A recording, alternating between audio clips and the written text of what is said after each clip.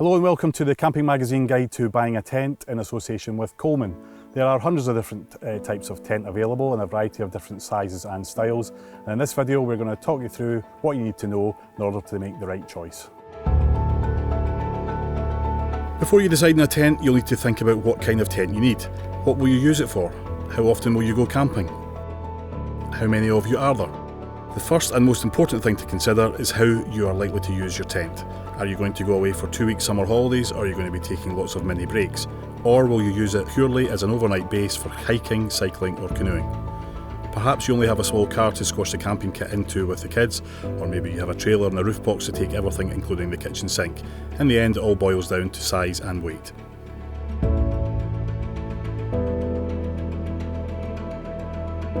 Tent types are broken down into 3 main categories. First is family tents. These tend to be large and are designed for longer holidays than just the occasional night away. The layout provides standing room throughout and comfortable space for extended holidays for larger groups. Generally, big family tents take longer to set up and pack away, so aren't ideal if your time is limited. The pack size and weight also means that they're best suited for transporting by car rather than being carried on your back. They are available in either inflatable or traditional poled versions, and we'll go into more detail on that shortly. And they can be bought in 4, 5 and 6 man versions. In fact, for larger families or groups, you can find tents that will house up to 10 people or more. One of the key features of a family tent is that they have good headroom throughout, and that means you can comfortably stand upright and walk around without having to stoop. They're also usually bright in the area inside, with large PVC windows and mesh ventilation panels throughout. Some family tents have a front porch area that is often used as a kitchen diner or for storage and can either be enclosed or open fronted. You can also extend your living space on many family tents by adding an optional awning or extension on the front or side.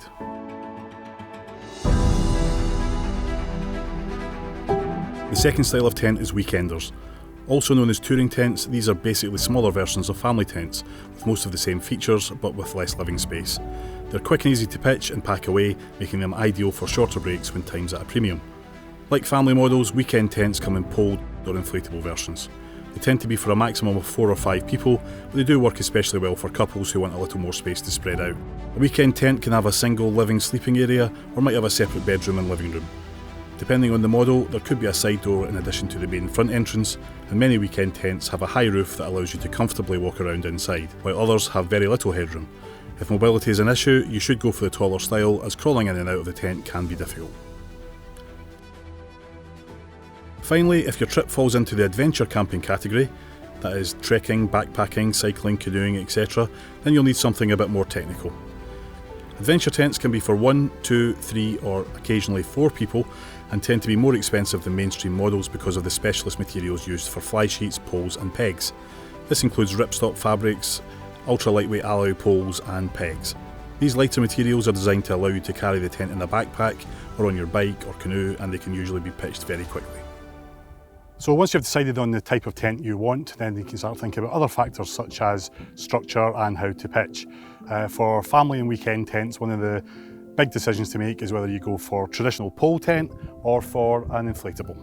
Pole tents usually have 3, 4 or 5 fiberglass, steel or alloy poles to provide the tunnel shape that is popular in larger family tents.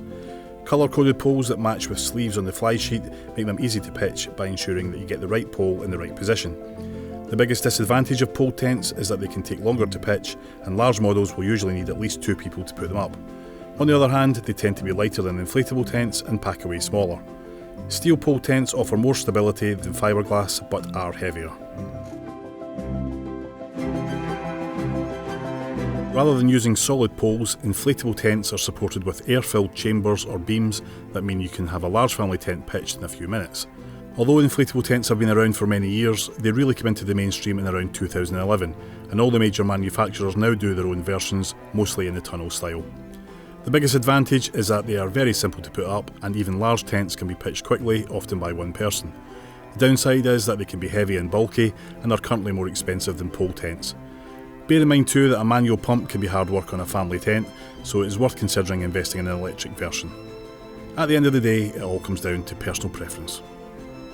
There are some other things to consider when you're choosing a tent. Firstly, the material. Tents were traditionally made with heavy canvas or cotton, but most modern tents now use man-made materials like nylon and polyester. These are normally cheaper, lighter, more compact, more weather resistant and easier to maintain. However, they are prone to UV degradation and condensation and can get extremely hot in warm weather. Polycotton, sometimes called technical cotton, has become a popular alternative in recent years for some of the top-of-the-range tents. This is a breathable fly sheet material that combines natural cotton and synthetic fabric and replicates the feel and smell of traditional canvas tents. The downside is it tends to be significantly more expensive than comparable nylon or polyester versions. The ability of a material to repel water is measured in terms of its hydrostatic head. This is its theoretical ability to withstand the pressure of a column of water, measured in millimetres, without allowing any of it to penetrate. Virtually all tents sold in this country will have a hydrostatic head measurement of at least 1,500 millimetres, which is comfortably over the minimum 800 millimetres that is required for it to be claimed as waterproof. A rating of 3,000 millimetres or above should cope with any conditions you're ever likely to encounter in this country, although some tents have a hydrostatic head of up to 6,000 millimetres. To ensure they're watertight, make sure your tent has factory taped seams as well. The ground sheet is a piece of waterproof material that sits under the tent so you don't have to walk around on the grass. Nearly all family tents now have a sewn-in waterproof ground sheet which completely separates the inside of the tent from the outside, keeping out unwanted insects, small animals and the weather. Some ground sheets have drop-down sections at the entrances to make access easier and to avoid trip hazards. A few models of tent come with a removable bathtub designed ground sheet, which is a tent floor made from one piece of material that continues up the walls about 6 inches before being attached to the sides with toggles or a zip. Other tent features you should look out for are darkened or blackout bedrooms, which keep the morning light out and mean you aren't wakened at dawn. Entry ports for electric hookup cables, and ventilation panels to keep the tent cool in summer and to help reduce condensation. All of these features will add to the overall cost of the tent. Obviously, the less you pay, the less you get, but if you are planning long summer holidays, you might want to invest a little bit more to provide you with the levels of comfort you need. So in summary, here's the 5 key things you have to think about when you're buying a tent.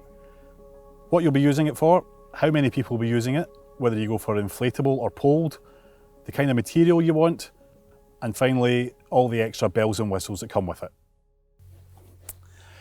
So thanks for watching our video guide to buying a tent in association with Coleman. If you need any more camping or tent advice, then subscribe to our YouTube channel, or you can visit outandaboutlive.co.uk.